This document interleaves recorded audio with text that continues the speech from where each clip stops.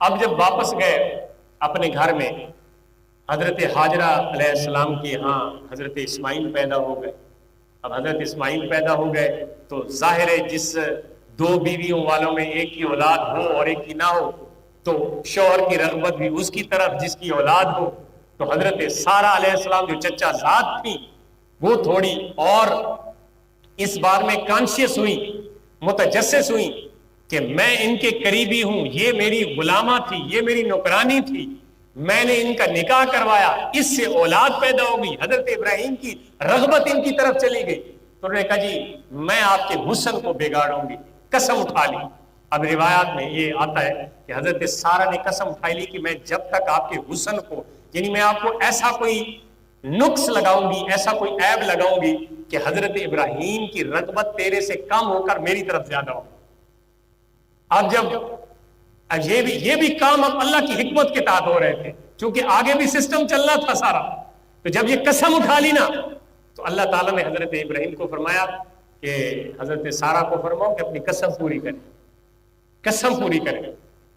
جب حضرت ابراہیم نے فرمایا کہ سارہ کو تو نے کون کی قسم اٹھائی؟ انہوں نے کہا جی میں نے یہ قسم اٹھائی کہ میں حضرت حاجرہ کو جو ہے نا اس کا کوئی نہ کوئی عضو کاٹوں گی، میں نہ اس کوئی نہ کوئی جسم کا حصہ کاٹوں گی۔ تو آپ نے فرمایا ایسا کر تو حضرت حاجرہ کے کانوں کے سوراخ کر دے۔ کیا کر؟ کانوں کے سوراخ، کانوں کو چھید دے۔ اب یہ تیری قسم بھی پوری ہو جائے گی، تیری قسم بھی پوری ہو جائے گی اور بہت بڑا عیب ہی نہیں نکلے گا۔ اب وہ دنیا کائنات میں پہلی عورت حضرت حاجرہ تھی جن کے کانوں کے سوراخ کیے گئے یا کانوں کو چھیدا گیا، اور آج تک عورتیں یہ خوبصورتی کی علامت بن گئی۔ دیکھیں نا اللہ تعالیٰ کی بارگاہ میں بغیر انہوں نے تو اس لیے کیا کہ یہ بدصورت ہو جائے گی نعوذ باللہ، اور ان کی جو طرف رغبت ہے وہ میری طرف آ جائے گی، تو جو انہوں نے عمل کیا اس سے عورت کا حسن اور دوبارہ ہو گیا۔ کان کے سوراخ کیے اور پھر چند دن رہے، لیکن حضرت ابراہیم علیہ السلام کو اللہ تعالیٰ نے بتا دیا کہ حضرت سارہ جو چاہتی ہے وہ کرے۔ حضرت ابراہیم حضرت سارہ کے پاس آئے، آپ کیا چاہتی ہیں؟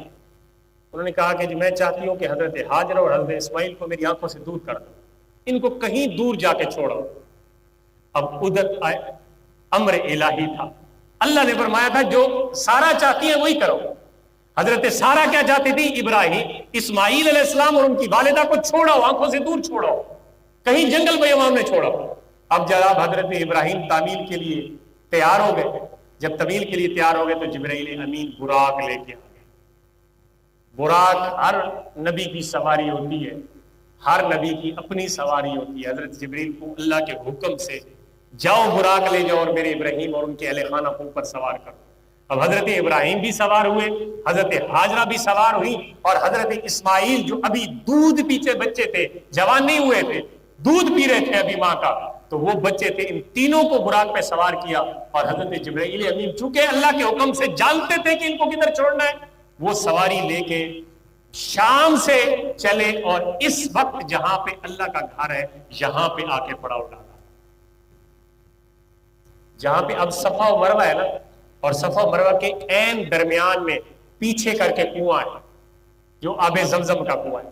اس آب زمزم کے کنویں کے پاس حضرت حاجرہ اور حضرت اسماعیل کا پہلا گھر بنا یا پہلا پڑاؤ ڈالا۔ اب جب یہ یہاں پہ اللہ کے حکم سے حضرت جبرائیل کی نشاندہی سے جب ماں بیٹے کو ادھر چھوڑا نا، حضرت ابراہیم نے ساتھ کوئی پانی دیا مشکیزے میں اور تھوڑی سی کھجوریں دے کے چھوڑ کے رخصت ہونے لگے۔ جب پیچھے جانے لگے تو پیچھے سے حضرت حاجرہ نے آواز دی، اے ابراہیم یہاں کیوں چھوڑے جا رہے ہو؟ آپ خاموش رہے، کیونکہ اللہ کا حکم تھا کہ مڑنا نہیں ہے، پیچھے دیکھنا بھی نہیں۔ آزمائشیں دیکھیں کہ 70-80 سال کی عمر میں بچہ ہوا، بیٹا ہوا، اور ایک ہی اکلوتا بیٹا، یہ تو وہ دن ہے نا جس کی اولاد اور ہے نہیں، اور بڑھاپے میں سہارے کے لیے اللہ تعالیٰ بڑھاپے میں اولاد دے، اور پھر اس بڑھاپے میں اولاد کے لیے قربانی بھی اللہ فرمائے ان کو چھوڑو، تو پھر دیکھیں کیسے گزرتی ہے۔ لیکن اللہ کی رضا کے سامنے ابراہیم کے قدم تو نہیں ڈگمگانے والے تھے، انہوں نے پیچھے بھی نہیں دیکھا، پیچھے سے آوازیں دیتے رہی۔ جب کافی دور گئی نا تو حضرت حاجرہ نے فرمایا کیا یہ اللہ کا حکم ہے کہ یہاں پہ ہمیں چھوڑے؟ تو آپ نے جواب دیا آگے منہ کر کے، پیچھے نہیں دیکھا، آپ نے فرمایا ہاں اللہ کا حکم ہے۔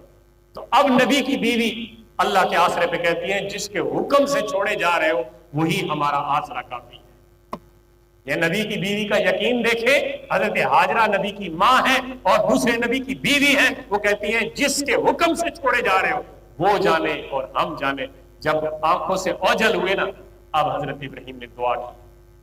سورہ ابراہیم کی آیت نمبر 37 میں حضرت ابراہیم علیہ السلام جب ظاہر باپ تو تھے نا، جب آنکھوں سے اوجھل ہو گئے، نظر نہیں آ رہے تھے، بیوی اور بچہ نظر نہیں آ رہا تھا، تو وہاں سے کھڑے ہو کے دعا مانگی، ربنا انی اسکنت من ذریتی بواد غیر ذی زرع، اے میرے اللہ میں نے اپنے بچوں کو، میں نے اپنی اولاد کو ایک ایسی جگہ پہ چھوڑ دیا جہاں کھیتی باڑی نہیں ہے، جہاں کوئی زراعت نہیں ہے، جہاں کوئی کھیت نہیں ہے، جہاں کوئی پھل فروٹ باغات نہیں ہے۔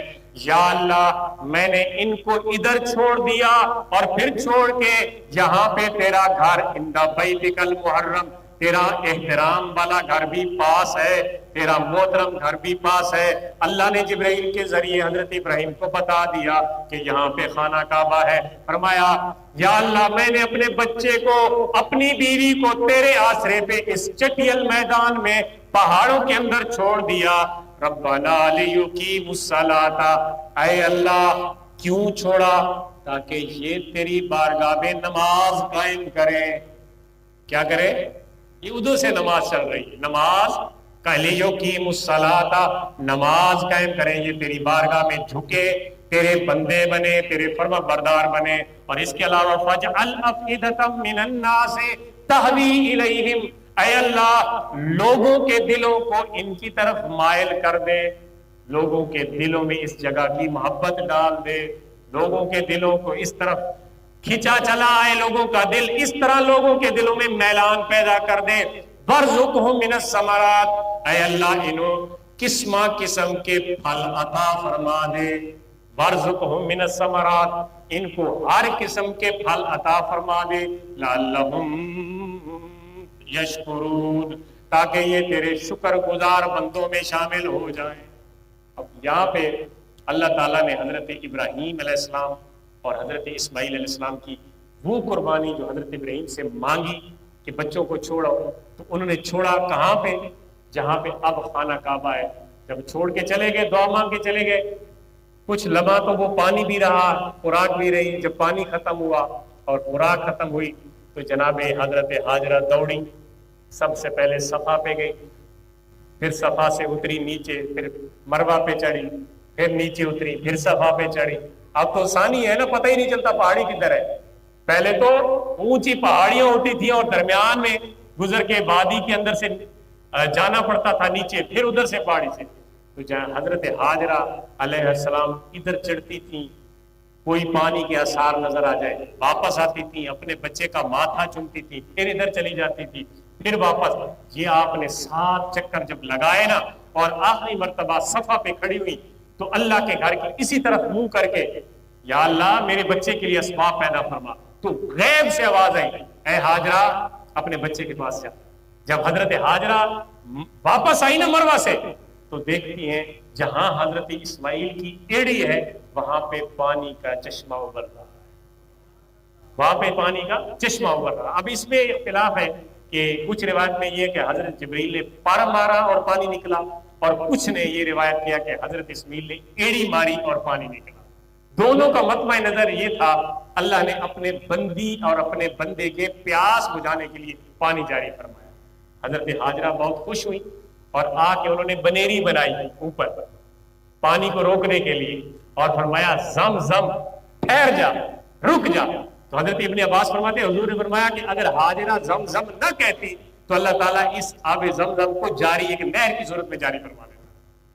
آپ نے اس کو فرمایا رک جا، تو وہاں سے یہ زمزم نکلا، اور وہاں سے آج تک جس کو حضور نے مخاطب کر کے فرمایا کہ اللہ نے زمزم تیرے اندر یہ خصوصیت رکھی ہے کہ کوئی پیاسا ہے تجھے پیے تو اس کی پیاس ختم، اور کوئی بھوکا ہے تو تجھے پیے اس کی بھوک ختم۔ یعنی یہ کھانا بھی اور پینا بھی، اللہ نے اس کو کھانا بھی بنا دیا اور اس کو پینا مشروب بھی بنا دیا۔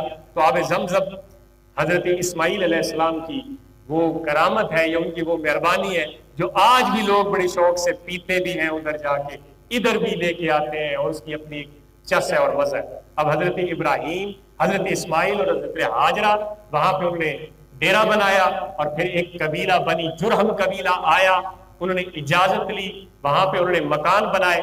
جرہم قبیلے میں حضرت اسماعیل کی شادی ہوئی، اور حضرت اسماعیل کی شادی میں تقریباً 12ویں پشت پہ جناب محمد رسول اللہ صلی اللہ علیہ وسلم حضرت عبداللہ کے ہاں پیدا ہوئے۔ اس کو انشاءاللہ آگے چلائیں گے۔ ایک دو مزید باتیں موقع کی مناسبت سے سمجھ لیں۔ اللہ تعالیٰ نے ان 10 دنوں کو بہت بزرگی والا اور احترام والا بنایا، جو یکم ذوالحجہ سے لے کر 10 ذوالحجہ تک ہے۔